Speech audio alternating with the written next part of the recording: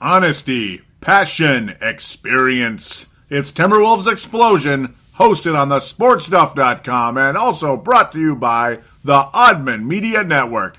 Here are your hosts, Paladino Joey and Marcus the Forecaster.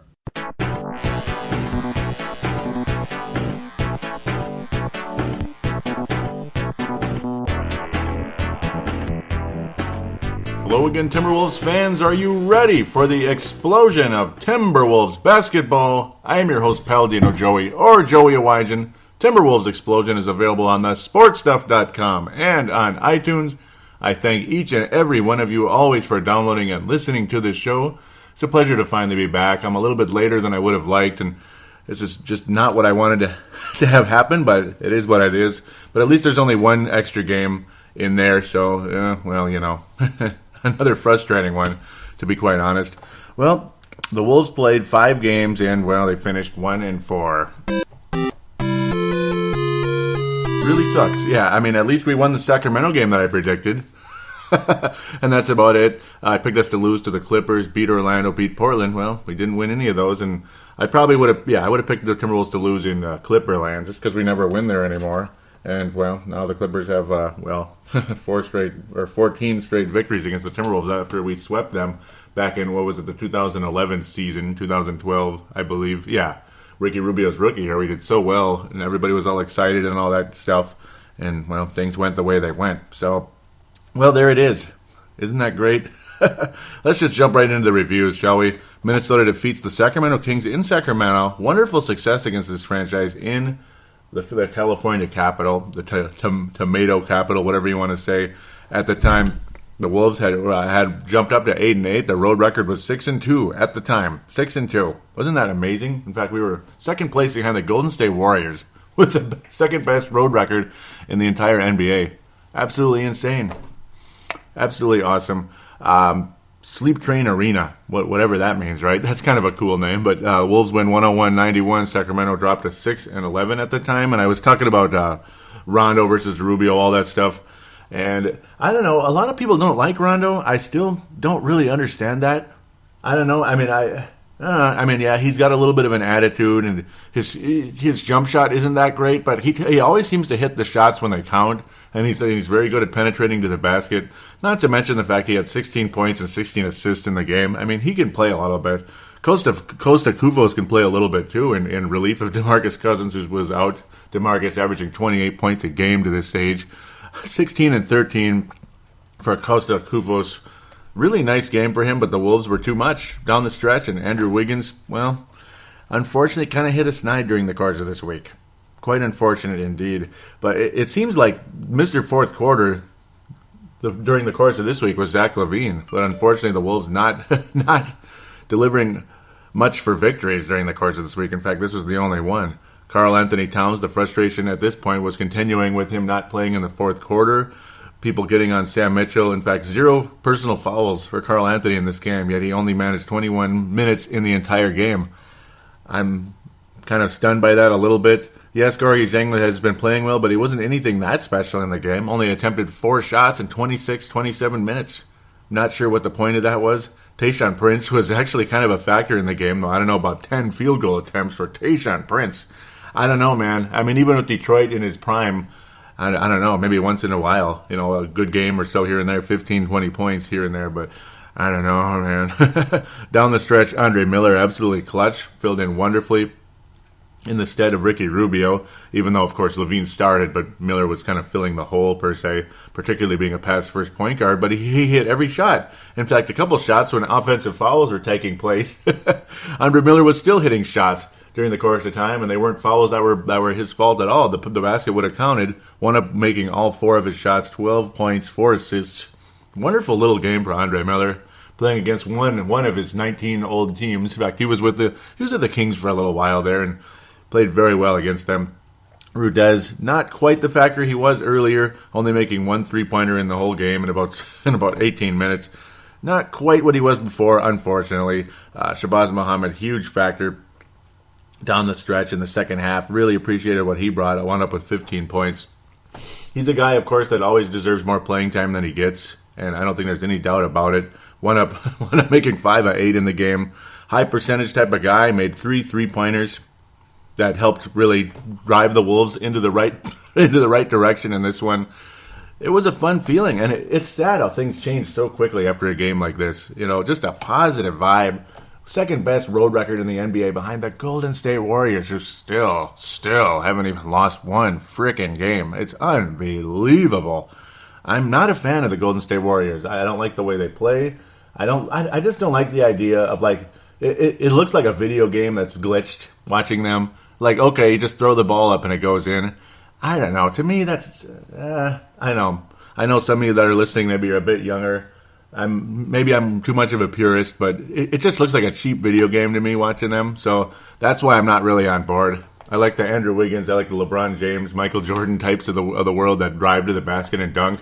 Not necessarily lumping those 3 guys into the same category, but hopefully Wiggins will get there someday. LeBron significantly closer to Michael, but no one's really going to touch him. Also, one other note, might as well mention. Well, no, I'll save that for the second segment because we're going to be playing them, in the first game, segment number 2 of the previews. So I better hush for that for a moment. It'll be a certain guy's final visit to Minneapolis as a player. I won't. You already know who it is. Minnesota hosting the LA Clippers Sunday, November the 29th. Oh, goody. Oh, goody indeed. Yeah, great. Wolves didn't win this one either. 107-99, if I didn't just mention it. I'm kind of blanking here. Both the Wolves and the Clippers, think about this, were 8-8 at the time. Tied in the Western Conference for 6th, 7th, 8th, or 7th, 8th, 9th kind of range in the playoffs. Yeah, well, amazing again how things can completely change. What pissed me off is what a factor Blake Griffin was down the stretch and how the Wolves just could not contain him. It was just so frustrating to watch. He even got a block shot down the stretch. Drove me absolutely bonkers. I couldn't believe it. Seeing Blake Griffin block shots just drives me nuts.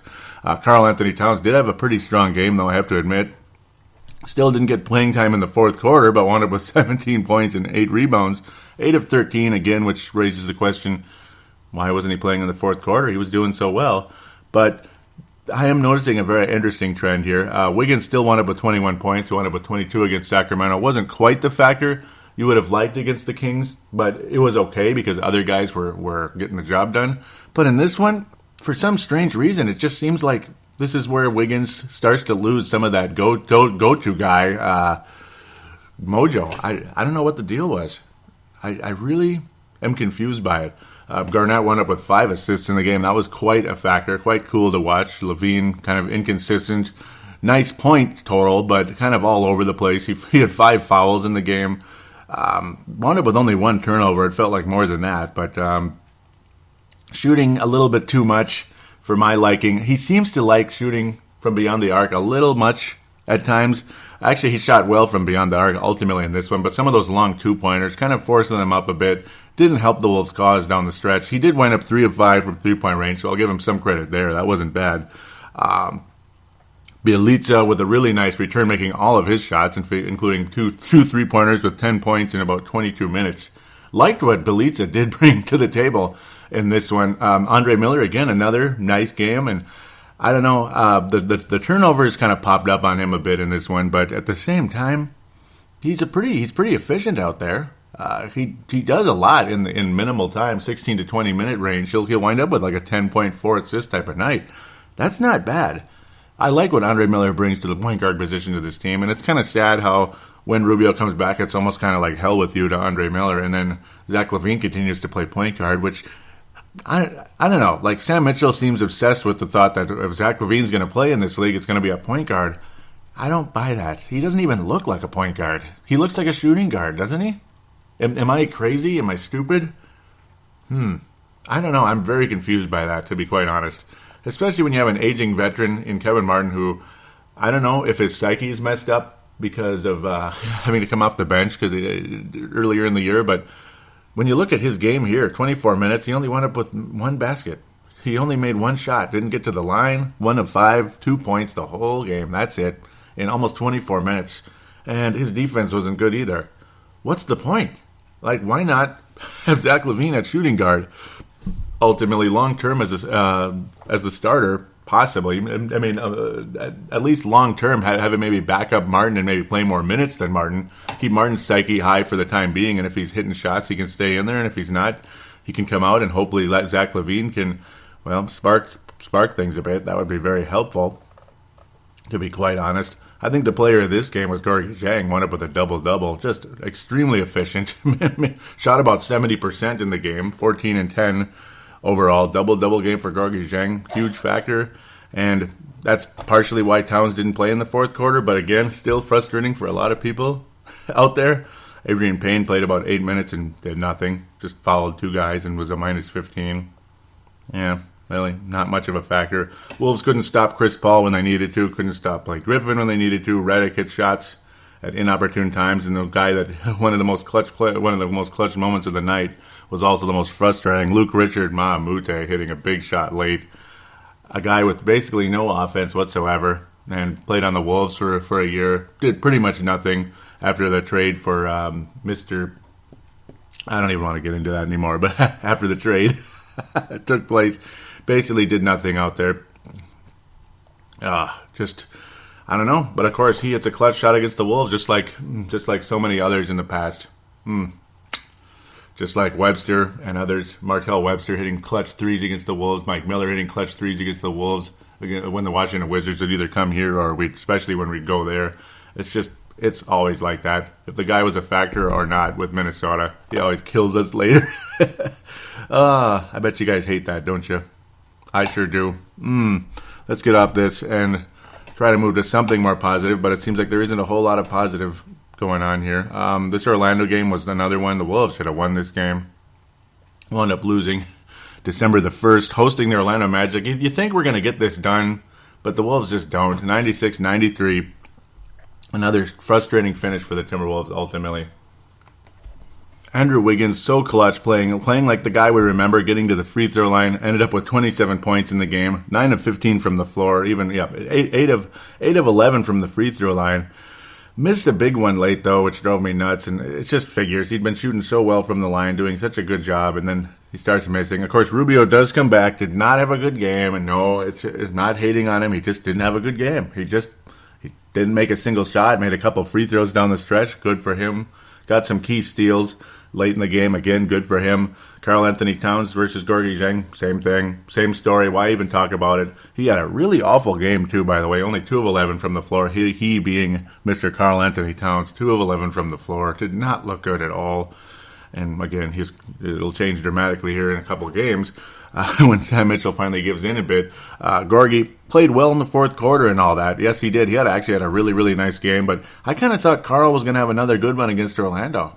He played very well last time around and just did not really show up to play in this one for some strange reason. But Gorgui luckily did. The Wolves were in this one the whole way. And again, another game the Wolves should have won, but they were not clutch down the stretch. And Alfred Payton just kind of had his way. And I don't know. He just kind of had his way in the final plays. Another Reggie Jackson type performance down the stretch. Great. Just great. Absolutely loved it, huh? I couldn't stand it. Victor Oladipo had a pretty spectacular dunk in the game as well. But hey, he still didn't beat Andrew Wiggins Zach LaVine in the dunk contest, though. Ha, right? Not that it really matters, does it? I'd rather win this regular season game than anybody winning a dunk contest. Just win some regular season games and improve and develop. That's what I would really like to see.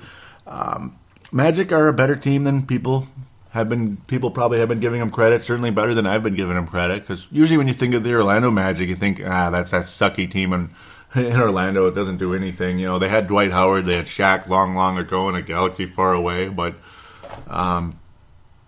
they just pretty much sucked most of the time, other than those couple glory years here and there.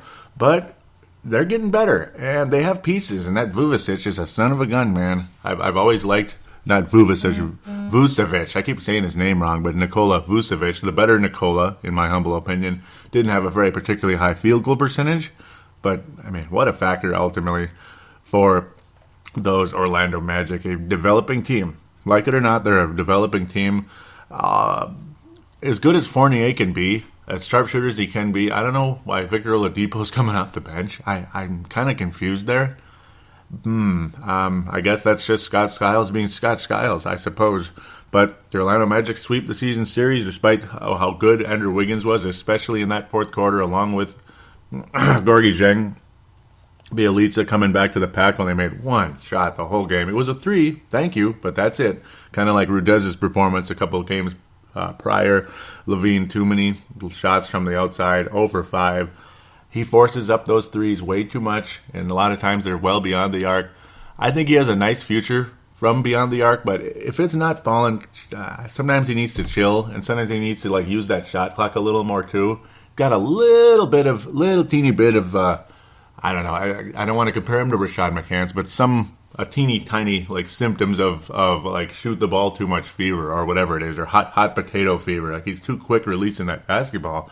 You got to use the clock a little more sometimes in a close game, just a little bit. Try to get a better play than that, than just launching shots. It's nice to be clutch and aggressive, but not every single time, okay? Please, you don't need to be like that constantly, especially when you're not even shooting well. Don't try to force yourself out of a slump.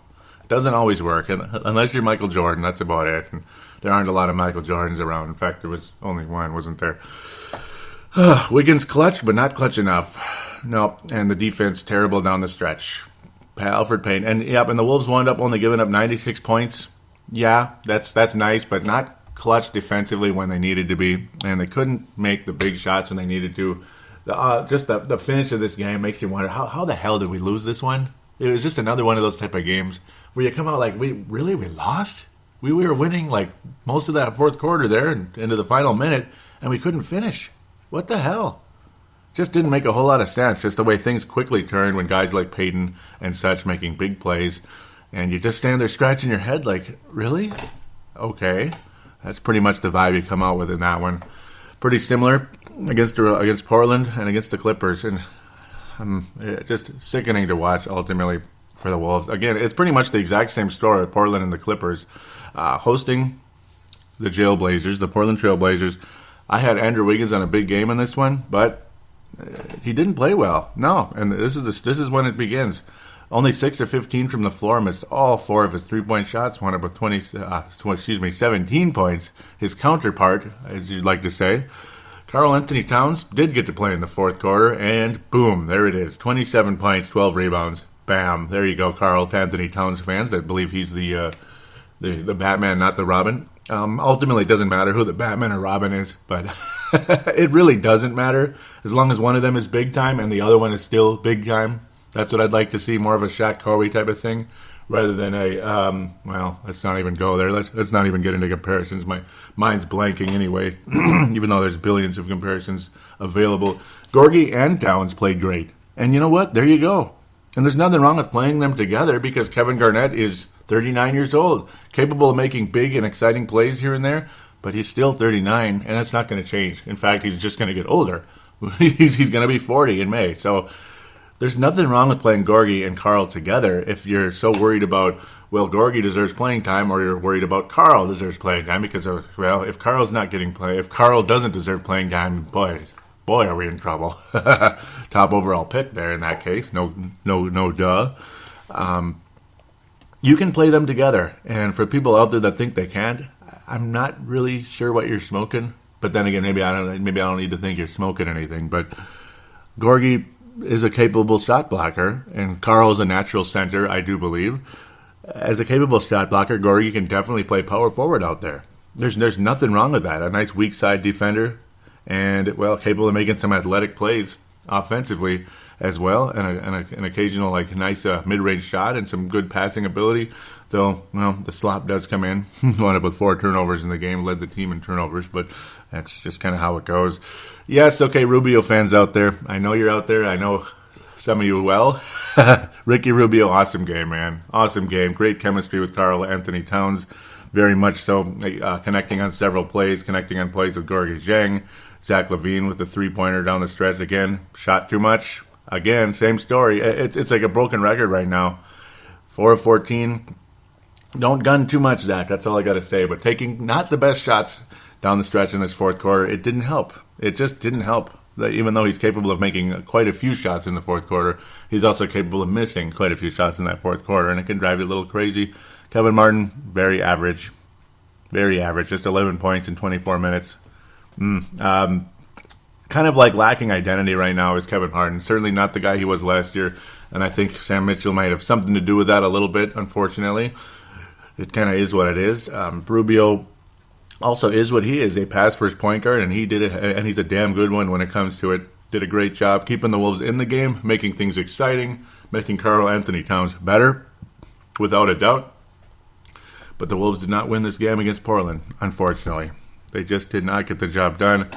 Lillard did what he needed to.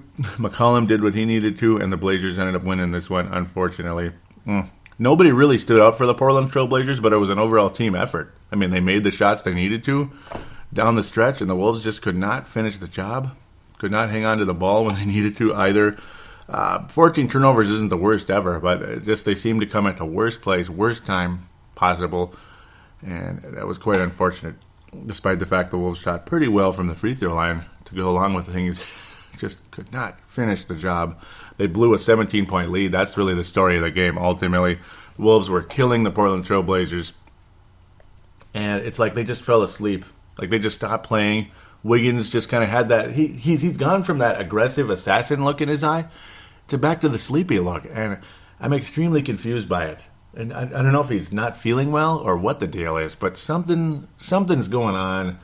I really hope he can break out of it sooner than later, because that assassin in Andrew Wiggins is the kind of player that can be one of the franchise names of the entire NBA. He could be one of the faces of the league if he keeps playing the way he was before.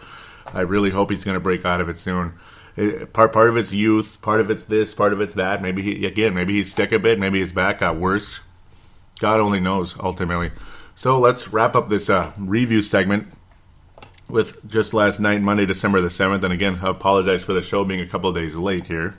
110-106 loss to the LA Clippers. Another game, the Wolves were playing very well. They were playing well, and they did not get the job done again. They weren't winning the whole game. In fact, the Clippers led early on, but then ultimately it's that fourth quarter. The Clippers scored 39 points in that fourth quarter. Wolves just could not finish the job, despite the fact they were leading for extended periods of time. They even took a 3-point lead with less than a minute left in the game, and they still found a way to lose. It's just unbelievable, and I know it's possible that you're going to lose a game like that. Luke Richard Mahmoud, not nearly the factor he was last time around, wound up with only 1 point, but DeAndre Jordan, oh, you son of a... I hate DeAndre Jordan. Jamal Crawford wound up with 18, getting some clutch free throws down the stretch, and made all of his free throws. I mean, he only got to the line 4 times, but he made all of them in that stretch when the Wolves were kind of in a free throw battle, along with J.J. Redick made all 11 of his, despite the fact he shot like poop out there. Made 11 free throws, to wound up with 13 points, which is kind of a funny stat line when you think about that, but the fact that he made all of them was extremely frustrating. The most frustrating aspect of this whole game, though, has got to be Andrew Wiggins. 3 of 15 from the floor. No energy at all. Either he's got the worst cold ever, or he's got, I don't know, or he's experiencing some type of horrible fatigue, or he's really in a lot of pain. I'm not sure what it is, but, I mean, the guy literally looked like a zombie. And I hate saying that because he's easily my favorite player on this team, even with Rubio and Towns on this team, and Garnett. But, well, Garnett's historically a great player for this franchise, but you get the idea. Wiggins, to me, is he's my favorite Timberwolf, and I think he's the most capable of winning a game by himself, or, well, nearly winning a game by himself, because it's never completely by yourself. You got to set picks, you got to make passes, and your teammates have to play good defense along with yourself. So you get the idea. Bjelica was good for a while there, but still only wound up with 9 points. It seemed like he kind of vanished down the stretch. Levine very clutch in the fourth quarter after being quiet early on. Had 12 points in the fourth quarter, wound up with 21. Very clutch, but it took a couple shots that make you just go, ugh, come on, man. Real early in the shot clock, about 20 seconds remaining in the shot clock, and he's launching like 3-pointers about 5 feet behind the line. It makes you wonder what he's thinking sometimes. Kevin Martin, well, yeah, that's Kevin Martin. He didn't make a shot the whole game. Not one. Just 0 points in 14 minutes. I don't know if he's hurt or angry or what the deal is.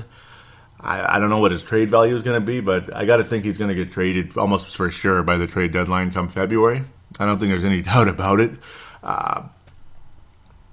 Karl Anthony Towns was decent in the game, but nothing special. I mean, he was good earlier than he was later, you can say. Rubio hit some nice shots late in the game, and he made all of his free throws.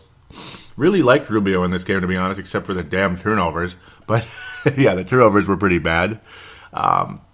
He tried to hit Towns on one in the down the stretch, or was it Levine? Pardon me. It was Levine in transition. It was quickly picked off. That was frustrating, kind of knocked away by Mr. DeAndre Jordan, who just crippled the Wolves all night. Chris Paul also clutch shot down the stretch. He just kind of walked into the basket and just kind of hoisted the ball up and then just kind of strutting down the court like he always does. Can't stand the guy, but he's still a great player regardless, even though he didn't even have a good game. He made the shot that he needed to down the stretch. But for me, easily the player of this game was Mr. DeAndre Jordan. As much as I can't stand him either, I hate the Clippers. Oh, but those blocked shots were just painful to watch. Blocking Levine, big time. He blocked Towns. Wow. Oh, no, it wasn't Towns. It was Levine. He blocked Gorgie Zhang. Blocked Levine multiple times in the game. Real frustrating. 4 blocks on the night. Felt like more than that. And he again tipped away 2 passes. Wound up with 6, forcing 6 turnovers in the game, did DeAndre Jordan, particularly down the stretch. Just killed us. Wolves were not clutch at all. But I will mention real quickly, before I do forget, Kevin Garnett turned back the clock big time on one of the best. I thought it was 10 years ago at least. Maybe he's 29 years old playing against the Clippers of that time. I don't even want to. I'm trying to remember the guy's name now. Why am I forgetting? I can't remember the guy that used to wear number 21 on the Clippers, and everybody used to think he was kind of a wannabe Garnett, but never came any close to it. Darius Miles, there we go. Darius Miles on the Clippers. I thought it was Garnett of that time. Rubio driving to the basket, unbelievable little kind of a no-look dish to Kevin Garnett, who was coming behind him in transition.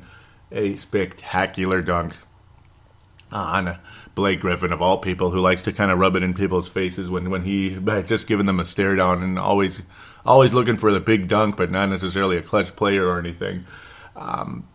Garnett, it literally looked like he was in his 20s still. The athleticism is still there at times when he wants it, when he's able to bring it out and his body allows him. Just an unbelievable power dunk, athleticism, all that good stuff. And he kind of gave Griffin a stare. I don't know if he was yelling at the crowd, like kind of revving up people or what. Towns loved it very much, even though he had that Band-Aid on his cheek. Towns was having a great time with Garnett after that play. Really got people going. And again, turned the clock back at least 10 years, if not more.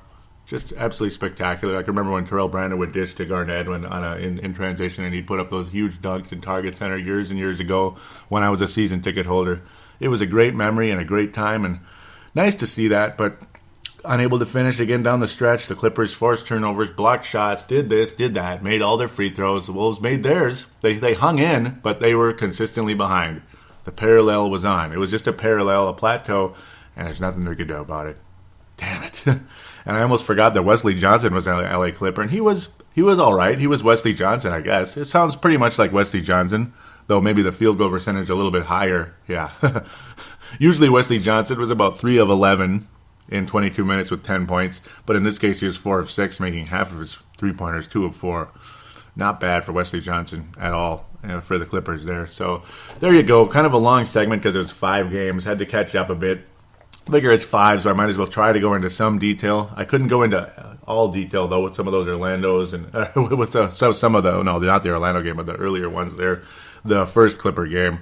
Kind of like a bit of a haze because of the second one. You know how that can be when you're playing the same team and you get kind of mixed up a bit. So do apologize for that. It's just one of those type of things. So let's pass out the Lone Wolf and Johnny Flynn Memorial. Lone Wolf, I guess it's going to go to, it's kind of a tough choice in this one. The Lone Wolf is going to go to Karl Anthony Towns, kind of narrowly. He played well when he was out there. I didn't like him in the Orlando game, but other than that, even in the shorter stretches, he played exceedingly well out there. Honorable mention to Gorgie Zhang, who was really good all week. In fact, I think he should probably get it. But I'll give it to, I'm going to give it to both of them. Karl Anthony Towns, Gorgie Zhang, both going to get the They're both going to get the Lone Wolf Award. Andrew Wiggins had a spectacular game in there against the Clippers with that 27-point effort, or no, the Magic, 27-point game. Absolutely awesome. But the way he just kind of died out there, I don't understand. The Portland and the Clipper game, I think that's enough to give him a Johnny Flynn Memorial. Even though you could also give it to Kevin Martin. It's going to be two players of this one again, and I know it sounds kind of geeky passing out the award to multiple people, but Wiggins and Kevin Martin both going to get the Johnny Flynn Memorial here. Just zero energy. What the hell?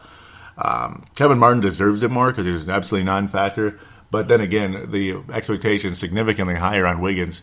Just, to not even show up against Portland and especially the Clippers last night, 10 times worse. Just that leaves a really sour taste in my mouth, especially after what we saw Bridgewater and the Vikings do against Seattle this week. Leaves a really sour taste in my mouth when you have such promising franchise-type players perform at the level they did. I don't know. I really don't feel good about it. Hopefully it's going to change here in a not-too-distant future. Hopefully tomorrow night against those LA Lakers. Yeah, okay, we all know who that is. December 9th, LA Lakers come to town, and we'll talk about that in segment number 2. So, it's Kobe versus Garnett one more time in the Target Center. But the problem is the Lakers' win percentage is about as high as Kobe Bryant's field goal percentage.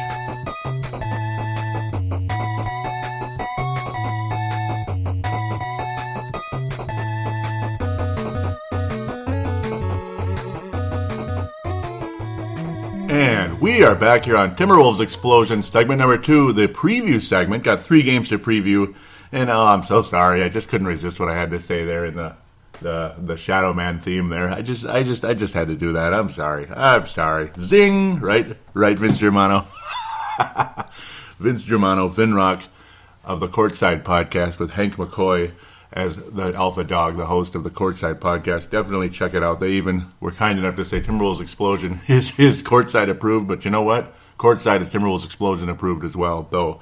I think the honor is more mine than theirs, though, in that sense. I mean, thank you so very much, guys, always out of Melbourne, Australia, and Sydney, Australia, in Hank's case there.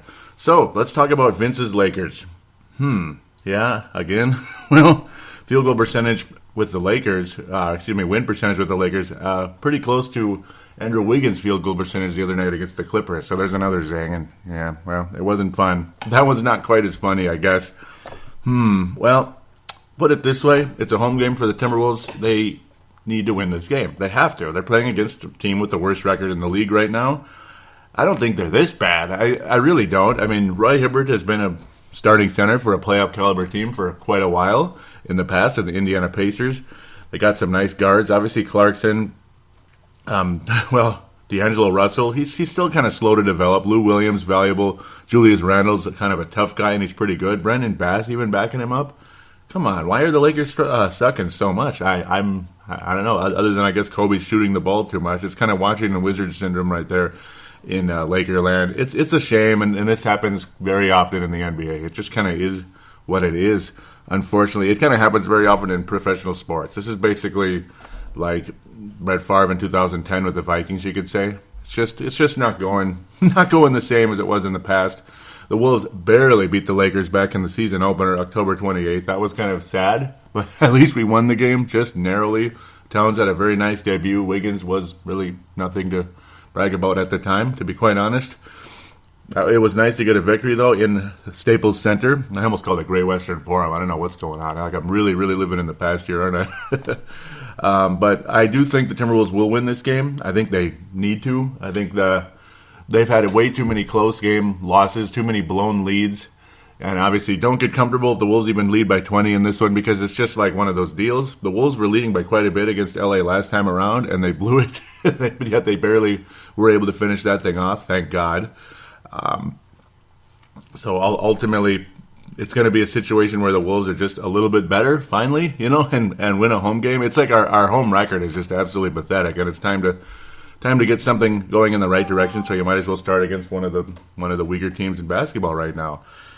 Denver Nuggets then. Now this is obviously Wednesday, December the 9th, so basically coming right up here with the Laker game. Hopefully the show's out in time for some of you out there. It should be out on Double Twist even, which sometimes takes slightly longer to go from iTunes to Double Twist, and then obviously Stitcher as well. It's kind of like a little tree I'm forming. Yeah, a little family tree here with these podcasts, including especially this one, damn it. Friday, December the 11th, the Minnesota Timberwolves head to the Rocky Mountains to play the Denver Nuggets, a team that I'm not a big fan of, but then again, it's because they drive me nuts. But at the same time, the Wolves have had some success against them of late. That's the good news. This week is a chance for the Wolves to build a little bit of a win streak, maybe hopefully get closer back to 500 because they're 8-12 right now after the Clipper game, hopefully 9-12 after the Laker game. Last time the Minnesota went to Denver, they won 95-78. That was way back at the season opener. So it's basically like a replay of the season opener, the next two games. It's kind of funny, other than the Lakers being here in Minneapolis. That's the good part, I guess. But then again, good part for Denver. They're 8-14 on the year, still struggling, not having a whole lot of fun right now. I should give a final score for the Laker game, though. By the way, I'm going to go with 100-90. Wolves should win by 10 at least. They should have a comfortable victory there, and if they don't, it's a crying shame. Honest to God, if they really don't. Wilson Chandler's been out with right hip surgery ever since. That's definitely not helpful at all. Their starting center of the future has been out with a bruised knee for quite a while.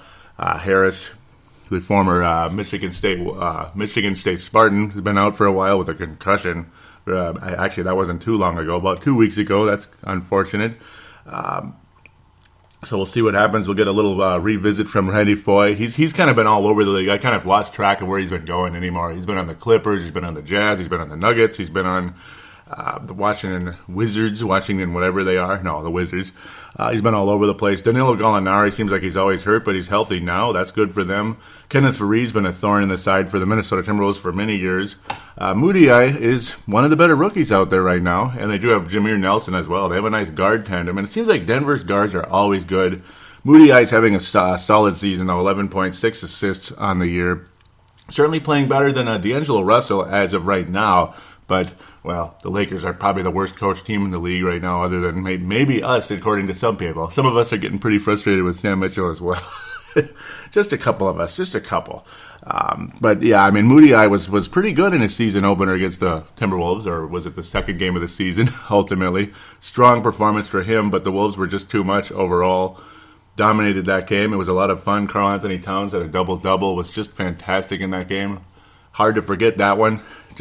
Smothering defense. A lot of us were getting excited about the Wolves' change in their defensive approach, and it has been significantly better, but there have been lapses here and there. This one might be a tough one. The Wolves' history in Mile High is checkered. The Wolves have had some fun success there, but they've also gotten blown out at times. I think the Wolves can win this game, though, without a doubt. I don't think there's any doubt. It's more a matter of keep Kenneth Faried off the boards a bit.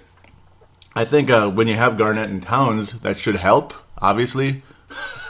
Last year you had Thaddeus Young and Pekovic. It just wasn't the same. Gorgui Dieng would play a little bit. It seemed like he wasn't getting a whole lot of playing time at the time, and Pekovic is a physical defender but not athletic at all, and it seemed like Faried would just dominate him that way, along with Nurkic and such.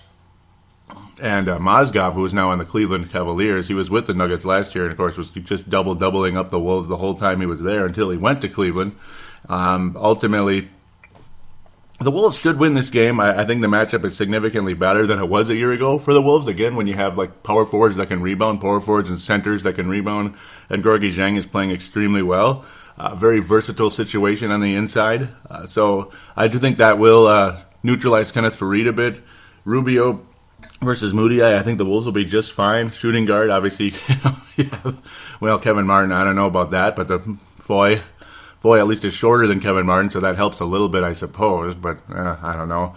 Ultimately, it's going to be a fun matchup. I think Gallinari and Wiggins, hopefully Wiggins steps up a bit. They'll have a nice kind of a scoring fest against each other a bit. Wiggins could really use that. He could really use a boost in his offense a bit. He's been struggling the past couple games, but I do think ultimately Towns is probably going to be the best player in this game, but there's a chance that Wiggins will emerge as well, though, because I think he can score against the Denver Nuggets. He better do better than he did last time around. He scored 6 points in that game.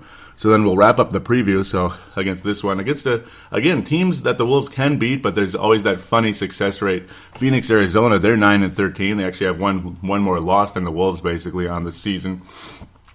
Again, a game the Wolves can win, and I think they can be better than the Phoenix Suns, but obviously their guard situation is kind of scary. They might end up racking up a ton of points on you, but at the same time, they'll probably give up a lot. Alex Len was tough against the Wolves last year, had some big blocks late in the game, could drive us absolutely crazy. I remember him blocking a shot on Wiggins last year. I couldn't believe it. I was so frustrated, and I believe also in Gorgie at key moments late in the game. Couldn't believe it. And again, the Wolves' success rate against Phoenix is kind of funny. It's kind of checkered.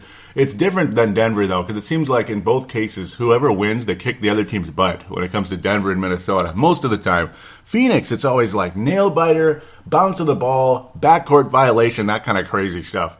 Wild three-pointer, like whatever it is. Bad calls, stuff like that. Clutch layups. Yeah, that's basically what it was, though. A nice play by Rubio over to Wiggins last year. Kind of a give and go type of play. It was nice, but again, a very close game type of situation. I think it's going to be this one will be very entertaining. I would hope. A lot of Phoenix's 3-point threats aren't quite there. It's like they used to be. One of the Morris twins is obviously gone now to Detroit, so that's good news, I guess, because it seemed like they'd always torch us for whatever reason, even though they're not the best.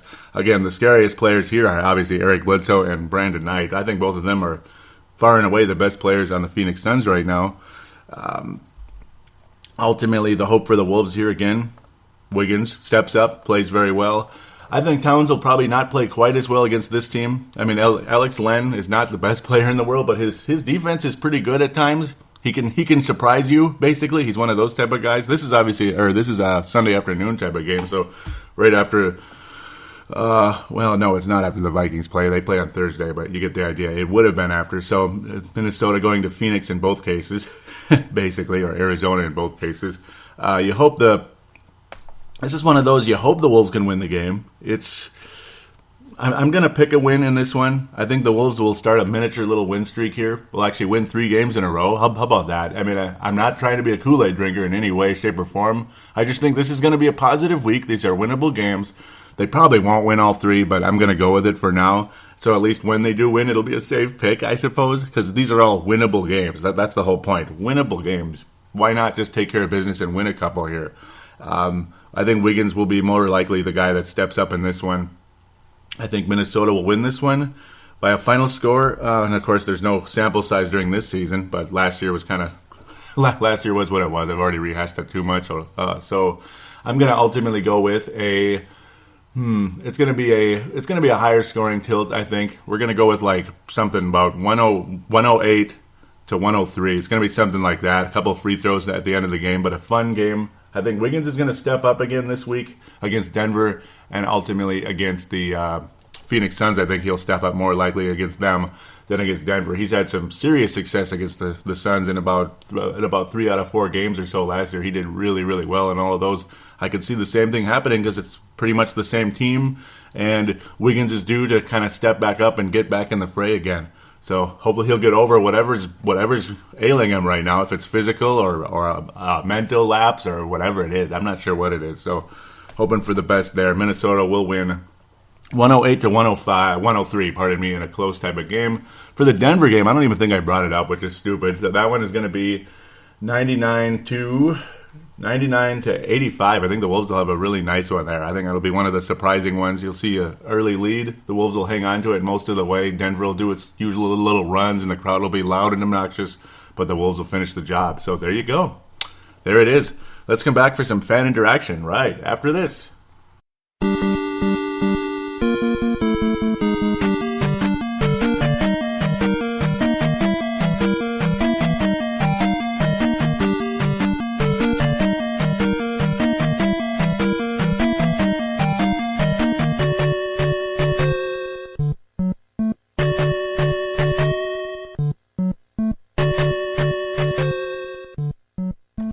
We are back here on Timberwolves Explosion, segment number 3, fan interaction segment. Time to hear from you out there, and also time for shout-outs and such here and there as well.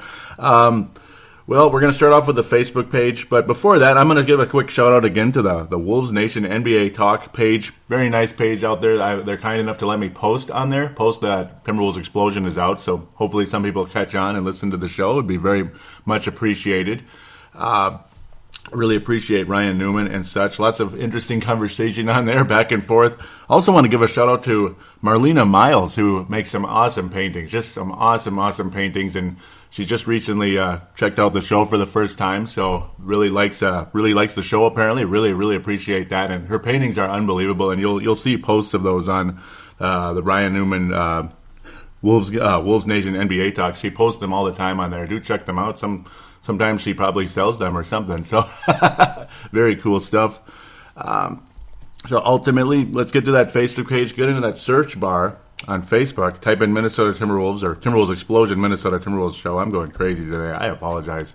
I don't know what's going on, if it's too much coffee or what the hell. So apologize for the craziness here.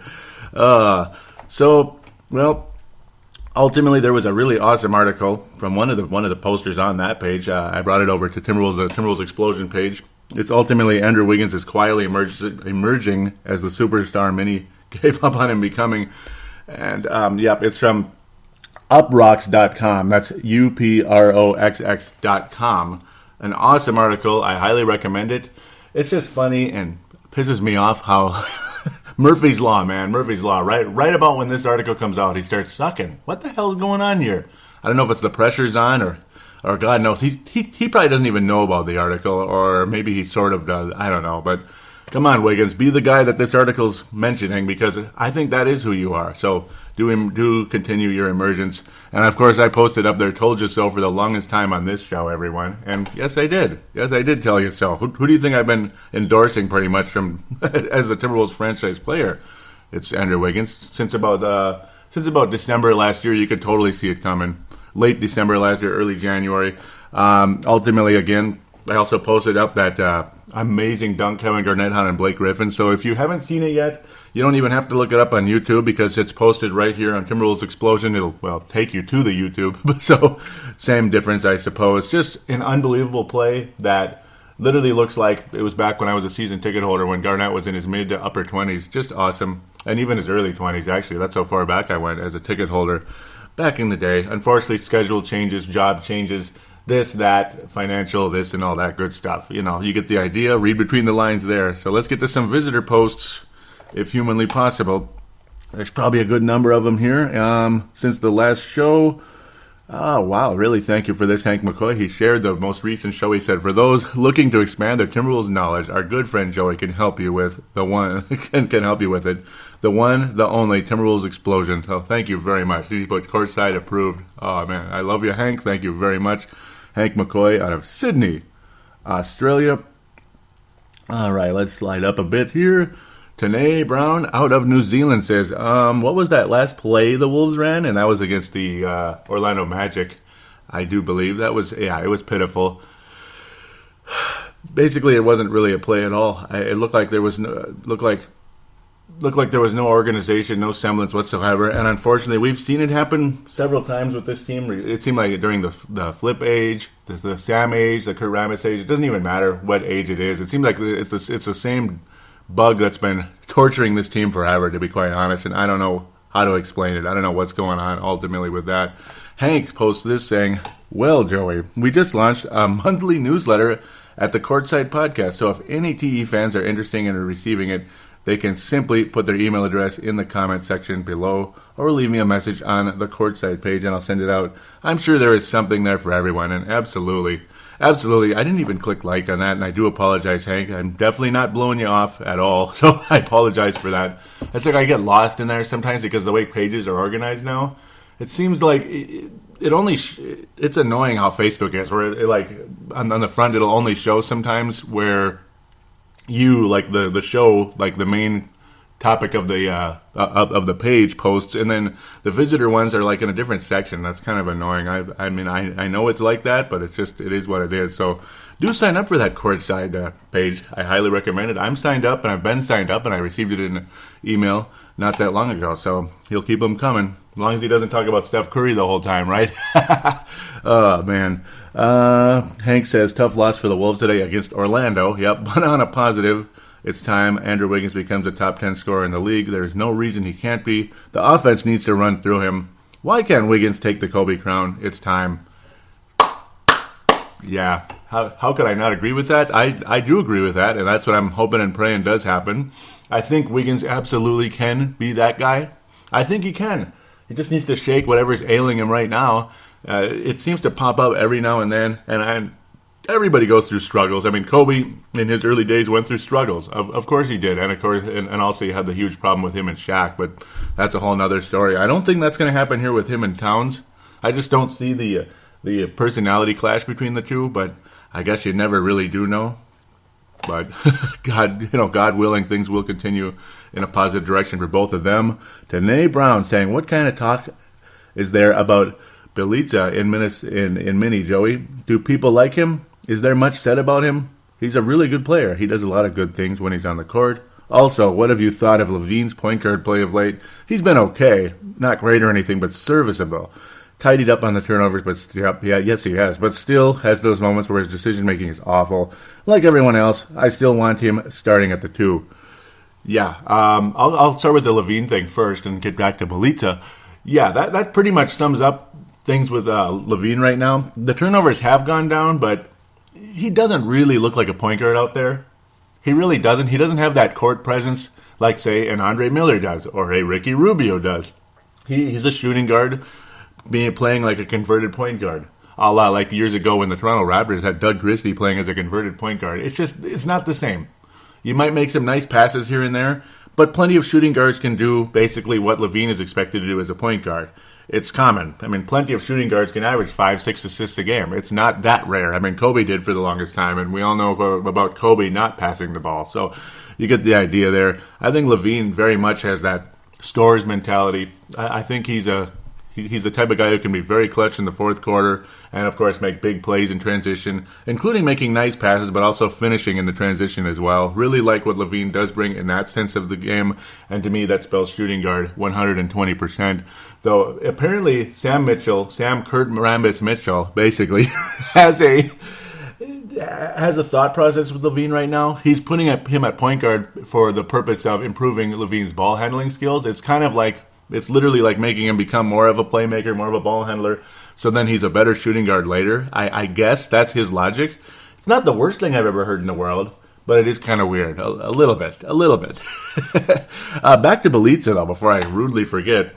I do like him a lot. He's the kind of guy who can take away the passing lane. He can hit some threes. He's capable of getting cold, though, from the outside, but so is everybody.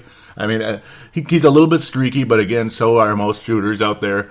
Really do like what he brings. I can see him becoming I can see him mainly as a 10 points a game off the bench, spark plug, sharpshooter, basically. And that added defense and occasional athleticism is a really nice frosting on the cake, though, for Mr. Bielitsa. I'm a huge fan, and I think he has a long future in the NBA as a minimum, as at least a rotation player. Really do like him a lot today. Back to Hank McCoy. He says, super frustrating. What's with Minnesota leading with big leads over Portland this season, only to lose it in the fourth? Because, that's twice. Yep, he says that's twice now. On the positive, Cat had himself a nice outing. Yep, and very much. And the blown leads are just, I can't explain them other than it's like they get comfortable, I guess. Maybe it's their youth. They think, wow, we're winning now. We're kicking butt. And then next thing you know, veterans like semi-veterans, you could say, on Portland, like Lillard. He's kind of a veteran. He's still pretty young. They get mad, basically. They start their little surge, which always comes in the NBA. There's always going to be a surge, regardless how far a team is down. You're going to get a 10-3 run. You're going to get a 10-0 run. But then when a 10-0 run turns into like 17-3 or 21-5, you're screwed, man. You could blow an entire game like that. So you got to wake up. You got to respond to their to their increased intensity. And unfortunately, the Wolves didn't do that those couple of games there. So that's a huge frustration ultimately. Yes, Cat did get better, but then there's that blankety-blank SeeSaw Effect. Pardon my near French. No, you get the idea. Pardon my French. There was no French there. You get that damn SeeSaw Effect ultimately with Cat and Wiggins right now, where one guy's playing well and the other starts sucking. That needs to stop. Early in there was a time for a while there when the Wolves were playing extremely well, when both Cat and Wiggins were playing well. Like Cat was getting doubles, like 20-10 type games. He was getting 15-10, 16-12, stuff like that, 3 block. And then Wiggins is like 27, 25, 24, 28, whatever it is, even 30-ish at times. That's when the Wolves are just on their way to becoming something pretty fun in this league. Possible playoff talk at some point with that type of deal, and well beyond that if they continue to progress in that direction. That's the positive side. I do think that is going to be the future for the Wolves, is both Cat and Wiggins playing like all-stars out there. At least one of them being a first-team NBA player, if not the other, in the next 3 to 5 years, I think, and then beyond, hopefully, with long-term contracts that don't cripple the franchise. Damn it. But then again, yeah, those won't hopefully won't be as common as they were in the past. Because I remember Garnett's contract, it was like this. There's nobody else you can sign. It was so frustrating. And then not only that, but it was the other players that they signed around Garnett that just buried the team under a heap of salary cap BS. Tanae Brown says, this has been a frustrating week since the last show. Yeah, that's for damn sure. I mean, Hank summed it up. You summed it up right there, Tanae. So I probably shouldn't rehash it again. He says, others have been stepping up. It worries me that he steps back when others play well. I was saying Wiggins has been absolutely terrible. Yeah, it's true. I don't know what the deal is. Exactly right there, though. The SeeSaw Effect, Tanae. You hit the nail on the head. The SeeSaw Effect. That sounds like the title of this episode, doesn't it? The SeeSaw Effect. There it is. Yeah. Vince says, because I still hadn't fully decided on what to name this episode. Vince says, this is where it'd be good to have a Kobe Bryant or a Paul Pierce playing with Wiggins for a year. I take some comfort in the fact Kobe is teaching Russell and Randall. With that said, there you go. It's okay, though. I mean, it's cell phones, man. With that said, though, Wiggins will get to the stage of where he takes over at the Kobe level. Very good. Very, very good. Very good. Yes, very good indeed. I guess some people thought of Mr. Kevin Martin as kind of that type of guy, the Paul Pierce, Kobe, yeah, right. But you get the idea. The Paul Pierce type of guy to work with Wiggins, I guess. Garnett, I guess, is that guy, but I suppose he's more of that for Towns. It's a mess. It's kind of a mess. It's kind of like that, though. I guess Kevin Martin for Wiggins and Garnett for Towns, though. Again, Kevin Martin's nothing like Wiggins. Completely different type of guy. So I don't know. It just kind of is what it is. I suppose you can have who you can have. I suppose.